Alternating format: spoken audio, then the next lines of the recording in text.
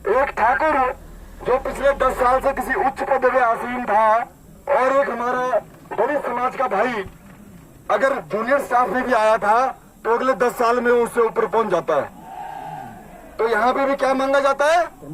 जातिगत प्रमाण पत्र मांगा जाता है। उसके बाद सरकारी योजनाओं में घर बनाओ, टॉयलेट बनाओ, टंकी बनाओ, चकडैम बनाओ, खेत बनाओ, राशन लाओ, कपड़ा लाओ, पता नहीं क्या क्या लाओ, वो सब किसके आधार पर होता है? जाति के आधार पर। और जब हमारे देश के अंदर सबसे अधिक जो आबादी है, हमारा देश जो कृषि प्रधान देश है, इस जातिवाद ने जिसका ठप्पा हम ठाकुरों पे लगाया हुआ है, जो कि सरकार खुद चलाती है अपनी कानूनी किताबों के द्वारा, उसने कहां नहीं जातिवाद फैलाया है। पानी की पाइप लेनी किसानों ने तो जातिगत प्रमाण पत्र, बीज लेना किसानों ने तो जातिगत प्रमाण पत्र, अरे ट्रैक्टर लेना किसान ने तो जातिगत प्रमाण पत्र लाओ। मेरे को तो ये नहीं समझ में आता कि सामान्य वर्ग के लिए कौन सा सत्र बचा है कि जहां पे कोई ये बोले कि यहाँ पे कोई जातिगत प्रमाण पत्र ना लेके आओ। समझ नहीं आता। एक तरफ से सरकार कहती है कि जातिवाद मिटाओ, और दूसरी तरफ हर जगह जातिगत प्रमाण पत्र लेकर के आओ।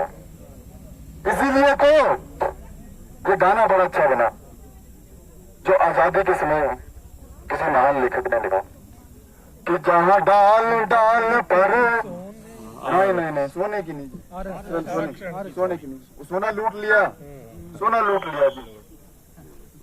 जहां डाल डाल पर आरक्षण की चुड़ैल करती है बसेरा, वो भारत देश है मेरा, वो भारत देश है मेरा। जहां डाल डाल पर आरक्षण की चुड़ैल करती हो बसेरा, भारत देश मेरा। आपको क्या मजा नहीं आया? और मतलब लड़ाई क्लास में चिड़िया ले गई, स्वर्ण की चिड़िया उड़ गई, चिड़िया उड़, तोता उड़, मैना उड़, स्वर्ण उड़, बाद में बनी किक दफा हो यहाँ से। हाँ, अब चुड़ैल रह गई है। जहाँ डाल डाल पर आरक्षण की चुड़ैल करती हो बसेरा, वो भारत देश है मेरा, वो भारत देश है मेरा। जहाँ डाल डाल पर आरक्षण की चुड़ैल करती हो बसेरा, वो भारत देश है मेरा, वो भारत देश है मेरा। जहाँ ब्राह्मण ठाकुर और खत्री के जीवन में पड़ा है अंधेरा, वो भारत देश है मेरा, वो भारत देश है मेरा। लेकिन ये बड़ी दुख की बात है, इसी तरह से तुम ठाकुरों को, तुम ब्राह्मणों को तुम्हारी देश की सरकार और तुम्हारे देश के नीति नियम और कानून धीरे धीरे बांधते हुए देश से बाहर लात मारेंगे। ये कन्फर्म है, ये कन्फर्म है। एक दिन चाहे आपके पिछवाड़े पे पड़े, चाहे आपके पिछवाड़े पे पड़े, और पड़ेगी जरूर। पिछवाड़ों को लात पड़ेगी जरूर। इस देश से ये ठाकुर और ब्राह्मण निकाले जाएंगे, क्योंकि इस देश के अंदर हमारा कोई अधिकार नहीं है। और सबसे बड़ी दुख की बात, हमारे मरे पड़े हुए समाज को,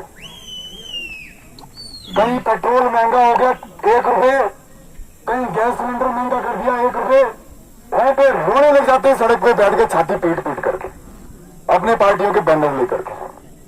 है कहीं आलू महंगा हो गया तो रोने लग गए, कहीं बैंगन महंगा हो गया तो रोने लग गए।